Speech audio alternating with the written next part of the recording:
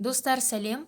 Тема урока қазақ тілінің септік жалғаулары, падежное окончание в казахском языке. У меня на канале есть еще один урок на эту тему. В первом уроке мы рассматривали в единственном числе, а в этом уроке мы рассмотрим во множественном числе. Все падежи казахского языка и склонения по падежам будем практиковать в этом уроке. Если вы не смотрели первый урок, в описании оставлю ссылку, можете посмотреть.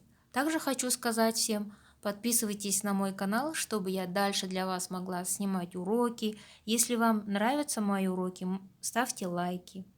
Ал енді бастайық. В казахском языке 7 падежей. Первое – это атау септік, именительный падеж. Второе – ілік септік, родительный падеж. Третье – бар септік, направительно-дательный падеж. Четвертое – табыс септік, винительный падеж. Пятое – жат септік, местный падеж. Шестое – шығыс септік, исходный падеж. Седьмое – көмектес септік, творительный падеж. А в русском языке 6 падежей: именительный, родительный, дательный, винительный, творительный и предложный падеж. И смысловая нагрузка, которую несут эти падежи в казахском языке, отличаются от русского. И я хотела бы, чтобы вы обратили на это внимание в примерах, которые мы будем приводить в этом уроке. Обратите внимание на эту таблицу. Во-первых, на вопросы. Например, вопрос «кім». В единственном числе «кім» – «кто», а в казахском языке во множественном числе мы добавляем к нему окончание множественного числа. Будет «кімдер». Вопрос «не», «что». Во множественном числе будет «нелер».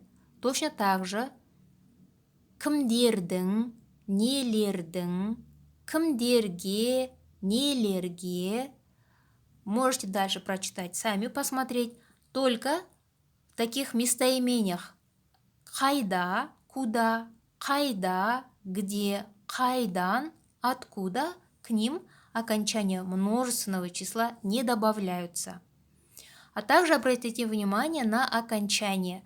Значит, корню слова, когда во множественном числе корню слова добавляются окончания множественного числа, потом идут падежные окончания.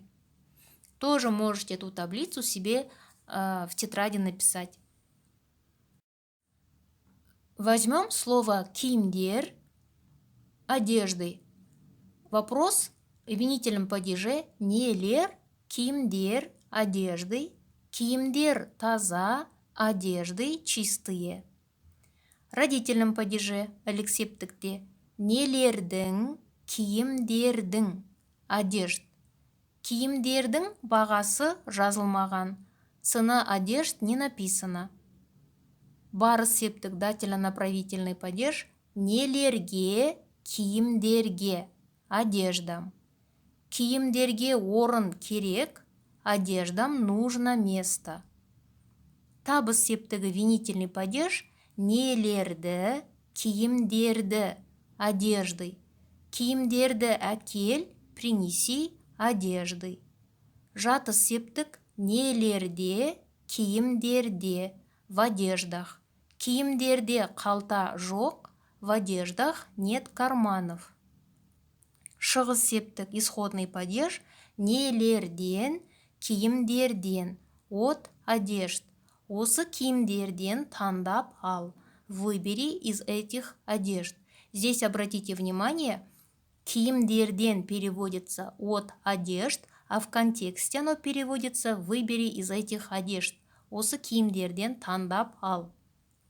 Көмектес септік творительный падеж нелермен, киімдермен, с одеждами. Шкафтарды киімдермен толтырдық, шкафы наполнили одеждами. Следующие примеры, когда падежные окончания присоединяются после притяжательных окончаний во множественном числе. Да, эти примеры у нас. Атау септік именительный падеж отвечает на вопросы кімдер, біздің, оқушыларымыз, наши ученики. Это от первого лица, да? Біздің это первое лицо во множественном числе притяжательной форме. Біздің оқушыларымыз наши ученики. Біздің оқушыларымыз ақылды. Наши ученики умные. Элексептік родительный падеж. Кімдердің? Оқушыларымыздың. Наших учеников переводится.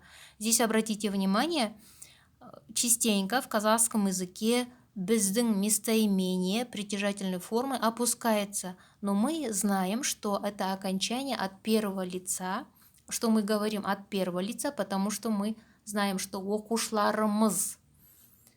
Оқушыларымыздың ата-аналары, родители наших учеников. Барыс септігі дательно-направительный. Кімдерге? Оқушыларымызға. Нашим ученикам. Оқушыларымызға таратамыз. Раздадим нашим ученикам. Табыс септігі винительный падеж. Кімдерді? Оқушыларымызды. Наших учеников. Оқушыларымызды шақырамыз. Пригласим наших учеников. Жатыс септігі местный падеж. Кімдерде? Оқушыларымызда. У наших учеников.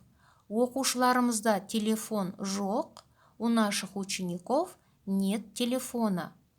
Шығыс септігі исходный падеж. Кімдерден? Оқушыларымыздан. От наших учеников. Оқушыларымыздан сұраймыз. Спросим у наших учеников.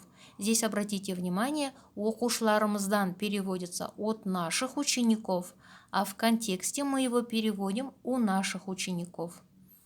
Көмектес септігі кімдермен? Оқушыларымызбен. С нашими учениками. Оқушыларымызбен сөйлесеміз, поговорим с нашими учениками. Следующие примеры от второго лица притяжательной формы. Простая форма, да? Сендердің оқушыларың. Атау септік именительном падеже. Кімдер? Сендердің оқушыларың. Ваши ученики. Сендердің оқушыларың ақылды. Ваши ученики умные. Ілік септікте в родительном падеже. Кімдердің оқушыларыңның. Ваших учеников. Оқушыларыңның ата-аналары, родителей ваших учеников. Барыс септігі дательно-направительный. Кімдерге? Оқушыларыңа. Вашим ученикам. Оқушыларыңа таратамыз, раздадим вашим ученикам. Здесь обращаем внимание, у нас окончание барыс септігі ға-ге, қа-ке, но после притяжательной формы добавляется во втором лице простой форме а или же е. Здесь будет а, потому что оқушы слово твердое, поэтому будет оқушыларыңа. Табыс септігі винительный падеж. Кімдерді? Оқушыларыңды. Ваших учеников. Оқушыларыңды шақырамыз, пригласим ваших учеников. Жатыс септігі местный падеж. Кімдерде? Оқушыларыңда. У ваших учеников. Оқушыларыңда телефон жоқ. У ваших учеников нет телефона. Шығыс септігі исходный падеж. Кімдерден? Оқушыларыңнан. От ваших учеников. Оқушыларыңнан сұраймыз, спросим у ваших учеников.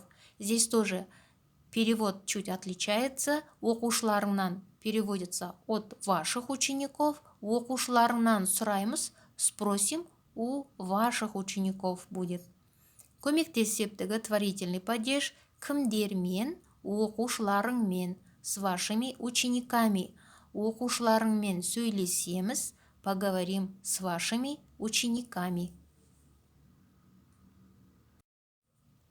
Теперь уважительная форма. Мы знаем, что в казахском языке во втором лице есть у нас две формы, простая и уважительная. Здесь уважительная форма сіздердің оқушыларыңыз. Именительном падеже кімдер? Сіздердің оқушыларыңыз. Ваши ученики. Сіздердің оқушыларыңыз ақылды. Ваши ученики умные. Ілік септігі родительном падеже. Кімдердің оқушыларыңыздың, ваших учеников. Оқушыларыңыздың ата-аналары, родители ваших учеников. Барыс септігі направительно-дательный падеж кімдерге, оқушыларыңызға, вашим ученикам. Оқушыларыңызға таратамыз, раздадим вашим ученикам. Табыс септігі кімдерді, оқушыларыңызды, ваших учеников. Оқушыларыңызды шақырамыз, пригласим ваших учеников. Жатыс септігі местном падеже кімдерде, оқушыларыңызда, у ваших учеников. Оқушыларыңызда телефон жоқ, у ваших учеников нет телефона.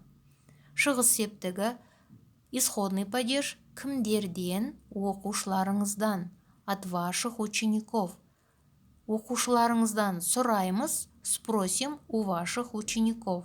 Здесь тоже обращаем внимание, от ваших учеников, оқушыларыңыздан, а в контексте будет спросим у ваших учеников. Көмектес септігі творительный падеж кімдермен, оқушыларыңызбен, с вашими учениками. Оқушыларыңызбен сөйлесеміз, поговорим с вашими учениками. В третьем лице притяжательной форме будет олардың оқушылары. В именительном падеже атау септікте кімдер, олардың оқушылары, их ученики.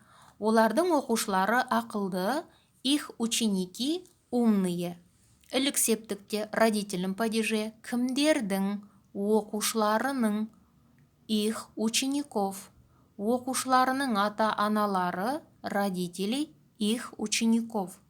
Барыс септігі дательно-направительный кімдерге, оқушыларына, их ученикам. Оқушыларына таратамыз, раздадим их ученикам. Здесь меняется окончание, да, не ға, не ке будет, а именно на или не будет, да, меняется в третьем лице дательном падеже. Оқушыларына на не, здесь будет на, потому что слово оқушы твердое. Табыс септігі кімдерді, оқушыларын, их учеников. Оқушыларын шақырамыз, пригласим их учеников. Здесь тоже видим изменение, будет не д, н, а будет просто н, оқушыларын, потому что в третьем лице меняется у нас. Жатыс септігі местный падеж кімдерде, оқушыларында, у их учеников. Оқушыларында телефон жоқ, у их учеников нет телефона. Здесь тоже видим изменение, будет в третьем лице ында, нде. Жатыс септік местный падеж. Здесь будет ында, потому что слово оқушы твердое. Шығыс септігі кімдерден, оқушыларынан, от их учеников. Оқушыларынан сұраймыз, спросим у их учеников. Здесь тоже видим изменения в переводе. Если оқушыларынан будет от их учеников, а в контексте она переводится спросим у их учеников. Көмектес септігі творительный падеж кімдермен, оқушылармен, с их учениками. Оқушылармен сөйлесеміз, поговорим с их учениками. Достар, надеюсь, этот урок для вас был полезным. Знание грамматики, а также его в применении в практике очень важно. Я вам желаю удачи в изучении казахского языка. Келесі сабақта кездескенше сау болыңыздар.